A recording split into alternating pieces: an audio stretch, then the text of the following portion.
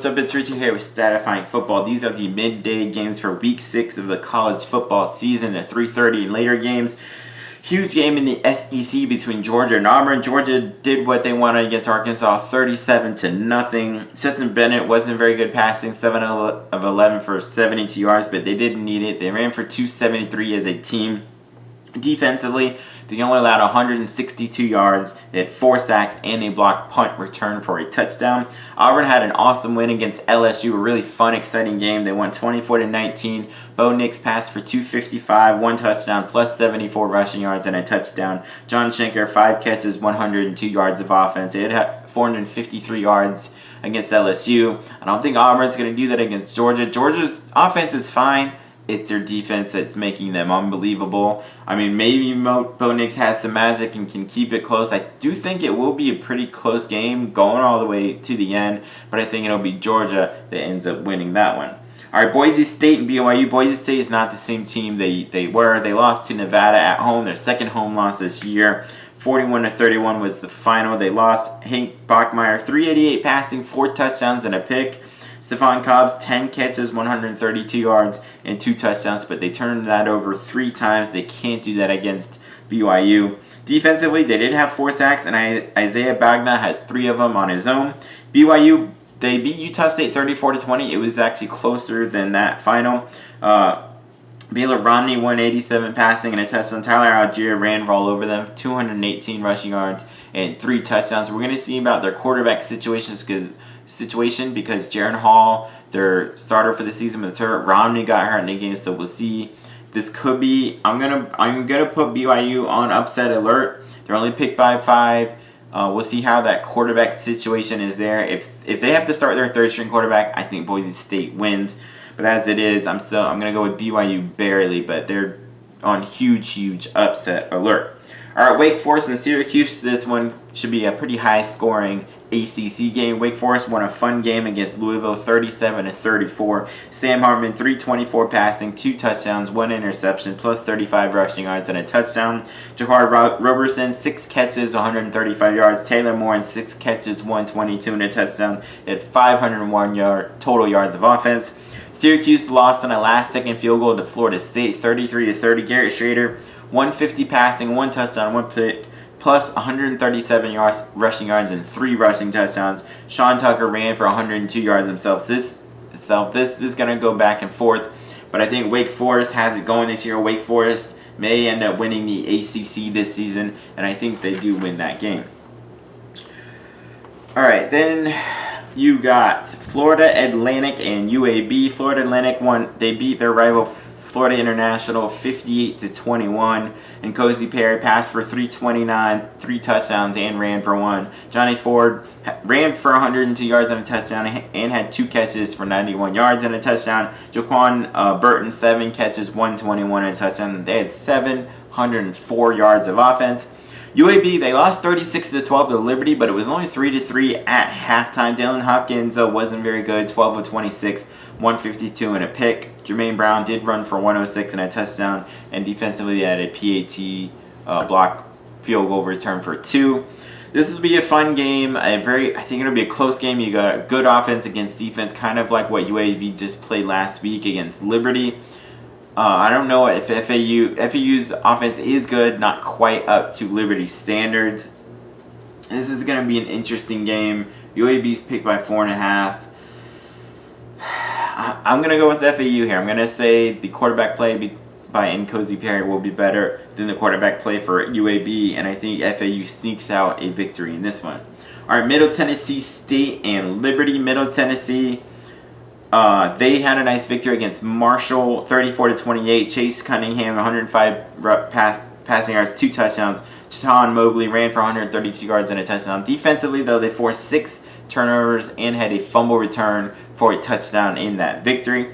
Liberty, they did beat UAB 36-12. It was only 33 at halftime. Then Malik Willis turned it on. He passed for 287 yards and a touchdown and ran for 144 yards and a touchdown. Demario Douglas, 4 catches, 128. They put up 544 yards of offense and defensively had 5 sacks in that game. I think this could be a shootout again, but I think Liberty will be too much. I think Malik Willis will be too much for Middle Tennessee State to keep up with. All right, Florida State and North Carolina. Florida State got their first victory of their season. They beat Syracuse on a last-second field goal, 33-30. Jordan Travis passed for 131, 2 touchdowns, and ran for 113 yards in that game. North Carolina, they destroyed Duke 38-7. Sam Howell, 321 passing and 3 touchdowns. Josh Downs, one of the best receivers in the country, 8 catches, 160 yards, 68 yards, and a touchdown. Defensively, they had 5 sacks and a fumble return for a touchdown. I think Florida State, they're riding high this week. I don't think this will be close. I think North Carolina kills them. All right, Wisconsin and Illinois, kind of a snooze fest game. Both teams kind of sucked this year. Wisconsin lost 38-17 to Michigan. Graham Mertz, 115 passing and a touchdown. He got hurt. We'll see if he plays. They only had 210 total yards and turned it over 3 times. Illinois, they did beat Charlotte 24-14. Brandon Peters didn't have to do much on passing because Chase Brown ran for 257 yards and 2 touchdowns. They ran for 334 rushing yards in that game. They won't do that against Wisconsin. Wisconsin has the best run defense in the nation. Although it'll be a snooze fest, it'll be a low-scoring game.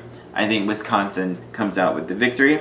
All right, SMU, newly ranked SMU against Navy. SMU destroyed USF 41-17. Tanner Mordecai, 301 passing, 4 touchdowns, plus 28 rushing yards. They put up 463 total yards. Navy had a big upset win against UCF 34-30. They ran for 348 yards with that triple option offense and had a block punt return for a touchdown. I do think Navy will keep this a close game with that option. They'll keep SMU's high-powered offense off the field, but I think SMU will do what UCF couldn't, and that's score every time they do have the ball and come out with the victory. So I got SMU winning that one. All right, Miami of Ohio in Eastern Michigan. Miami of Ohio beat Central Michigan 28-17. Both quarterbacks played well. A.J. Meyer, 179 passing, 2 touchdowns and a pick. Brett Gabbert, 171 passing and a touchdown. Mac Hippenhammer, 8 catches, 170 yards, and they put up 514 yards of offense. Eastern Michigan lost a close game to Northern Illinois, 27-20. Ben Bryant, 338 passing, 2 touchdowns. Hassan Beydoun, 14 catches for 167 yards. They only ran for 38 yards as a team. They got to do that to get that going. This will be a pretty close game, but I think Miami of Ohio will end up getting the victory in the end. All right, you got Ball State and Western Michigan. Ball State beat Army, pretty big victory. Army was 4-0 and getting close to rank. Ball State won 28-16. Drew Plitt, 233 passing, 2 touchdowns. They only ran for 36 yards in that game. They had a kick return for a touchdown there. Western Michigan beat Buffalo 24-17. Caleb Ellaby, 279 passing, 2 touchdowns. Sky Moore, 11 catches, 163 yards, and 2 touchdowns. I think Western Michigan may be the best team in the MAC. Ball State has the offense to keep it close. It could be high scoring, but I'm going to go with Western Michigan to win in the end. All right, UConn and UMass, both teams, neither one of them have won a game so far this season. UConn, they almost had a victory against Vanderbilt. They lost on a last-second field goal, 30-28. Steven Krajewski passed for 264, 2 touchdowns, plus 42 rushing yards and a touchdown. Nathan Carter ran for 123 yards. Keelan Marion, 4 catches, 102 and a touchdown. They put up 523 yards of offense. UMass got destroyed by Toledo 45-7. Brady Olson, 9 of 22, 106, a touchdown, a pick. They turned it over 4 times, had 134 yards of offense. The last couple of games UConn's played, they've almost won. They lost by 2 to a 4-0 Wyoming team. They lost by 2 to an SEC Vanderbilt team. I think UConn will be the one that gets their first victory of the season in that game. All right, Central Michigan and Ohio. Central Michigan, they lost to Miami of Ohio 28-17. Daniel Richardson, 326 and 2 touchdowns. Dallas Dixon, 7 catches, 113 and a touchdown. Ohio did better than I thought. I had picked Akron, and Ohio did pretty well. They beat Akron 34-17. Curtis Rourke, 56 passing yards and a touchdown and pick, but as Armani Rogers, the backup quarterback, he ran for 113 yards and 2 touchdowns. Demontre Togo ran for 201 and a touchdown. They put up 398 rushing yards in that game against Akron. If this were last week, I would have gone with Central Michigan. I like Central Michigan's offense, but maybe Ohio has found something here with that running game. I'm kind of Central Michigan's picked by 6. I think this will be a really close game. I'm kind of leaning to Ohio, but I'll go with Central Michigan in the end. I think their quarterback play will be a little bit better than Ohio, so I'll go Central Michigan in a really close game. San Jose State and Colorado State. San Jose State, they beat New Mexico State barely, 37-31. Nick Nash, 193 passing, 3 touchdowns, plus 34 rushing. Tyler Nevins ran for 115 and a touchdown. Derek D, 7 catches, 130 yards and a touchdown. Colorado State's coming off a bye. A couple of weeks ago, they played Iowa really close. They're actually up 14-7 at halftime and then lost 24-14. Todd Senkio passed for 155, 1 touchdown, 1 pick. I think this actually may go back and forth for a little bit. San Jose State's not quite the team they were last year. Colorado State, I think, is better than what their record shows. I'm actually going to go Colorado State to get that victory there. All right, huge game between number 4 Penn State and number 3 Iowa. Penn State, they beat Indiana last week 24-0. Sean Clifford passed for 178, 3 touchdowns, a pick, and ran for 58 yards.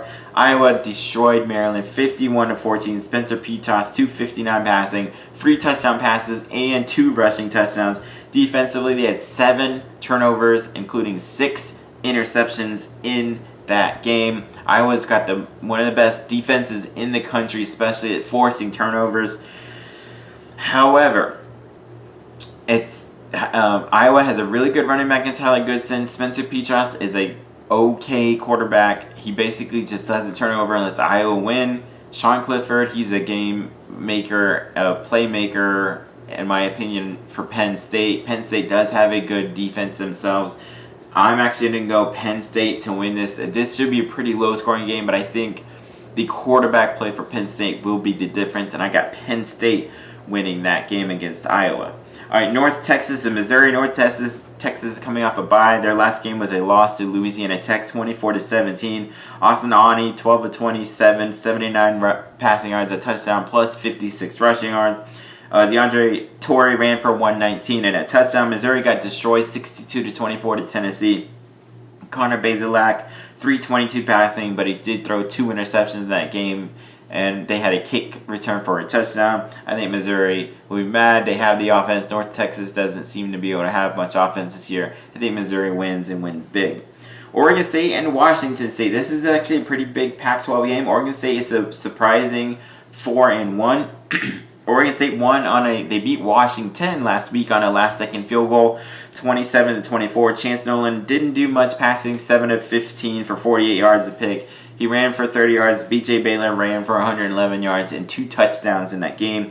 Washington State, they did beat Cal 21-6. Jaden Delora, 219, 3 touchdowns. He did throw 2 interceptions. Defensively, they had 4 sacks in that game. I think Oregon State, they're a really good team this year. I have a little too much offense for Washington State to keep up with. More so, I think it'll be Oregon State's defense. That Washington State, they have the offensive system to put up points, but they just haven't quite executed as well. And Oregon State, they possibly could win the Pac-12 this year. I'm going to go Oregon State in that game. All right, East Carolina and UCF. East Carolina, they destroyed Tulane 52-29. Holden Naylor's 288 passing, 2 touchdowns, plus 1 rushing. Keaton Mitchell ran for 222 yards and 2 touchdowns. They had 612 yards of offense and forced 4 turnovers in that game. UCF was upset by Navy 34-30. Mikey Keene didn't play badly for his first game, 178 passing, 2 touchdowns, an interception. This is at UCF. ECU is a very, very dangerous team, a really good offense. This could be high scoring. The over-under is 67.5. I think UCF bounces back big. They will be at home in the bounce house. I think UCF comes away with a victory, but don't be surprised if this comes down right to the end. All right, UTEP and Southern Miss, the Texas El Paso Miners, they're actually 4-1, looking pretty good this year. They beat Old Dominion 28-21. Gavin Hardison, 191 passing, 2 touchdowns. Jacob Cowan, 4 catches for 118 yards there. Southern Miss kept it close against Rice. They only lost 24-19. Jake Lange, 304 passing, 1 touchdown. He did throw 3 interceptions, though. Jason Brownlee, 8 catches, 127 total receiving yards. They turned it over 4 times. They had a kick return for a touchdown and forced a safety. But I think UTEP, this will be a close game. UTEP doesn't really blow people out, but they have a solid defense and a good running game. And I think UTEP will win that one. Alright, pretty big game here. UTSA Roadrunners and the Western Kentucky Hilltoppers. UTSA is 5-0. They beat UNLV 24-17. Frank Harris 278 passing, 2 touchdowns. DeCornian Clark 7 catches, 109 and a touchdown. Defensively, they had 6 sacks and 3 turnovers in that game. They have a really good running back in Sincere McCormick, one of the best in the country. Western Kentucky has maybe the best offense in the country. They did lose to Michigan State 48-31, but Bailey Zappi 488 passing and 3 touchdowns. Jareth Stearns had 17 catches for 186 yards and a touchdown. Mitchell Tinsley had 7 catches, 127 yards. They put up 560 yards of offense against a good Michigan State Big Ten team. I think I'm kind of going back and forth on this.